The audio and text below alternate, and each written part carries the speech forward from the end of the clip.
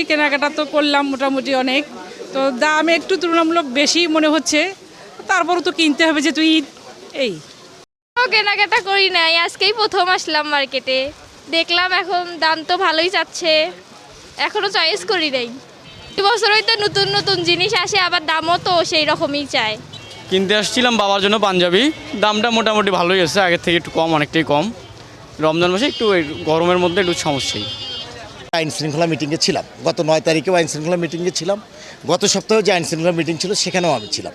আমি ডিসি সাহেবকে, ডিসি মহোদয়কে এবং এসপি মহোদয়কে সরাসরি বলেছি যে এরকম ব্যাপার, আমাদের গাইবান্ধায় ব্যবসায়ীরা রাত বিরাত বাসায় ফিরে তাদের নিরাপত্তার পর্যাপ্ত ব্যবস্থা করতে হবে। যে আমরা গভীর রাত পর্যন্ত আমরা দোকানদাররা এখানে আমরা চলাফেরা করি, আমরা ক্ষুদ্র দোকানদার যারা এখানে আছে তারা অনেক রাত পর্যন্ত যাবে, এবং আমাকে ডিসি মহোদয় এবং এসপি মহোদয় আশ্বস্ত বলেছেন এবং তারা বলেছেন যে আমরা পর্যাপ্ত পরিমাণ সিকিউরিটি আপনাদেরকে দিব, ফোর্স দিব, র্যাবকে বলে দেয়া আছে, সবাই আমাদের জন্য করছে, তারা করছে।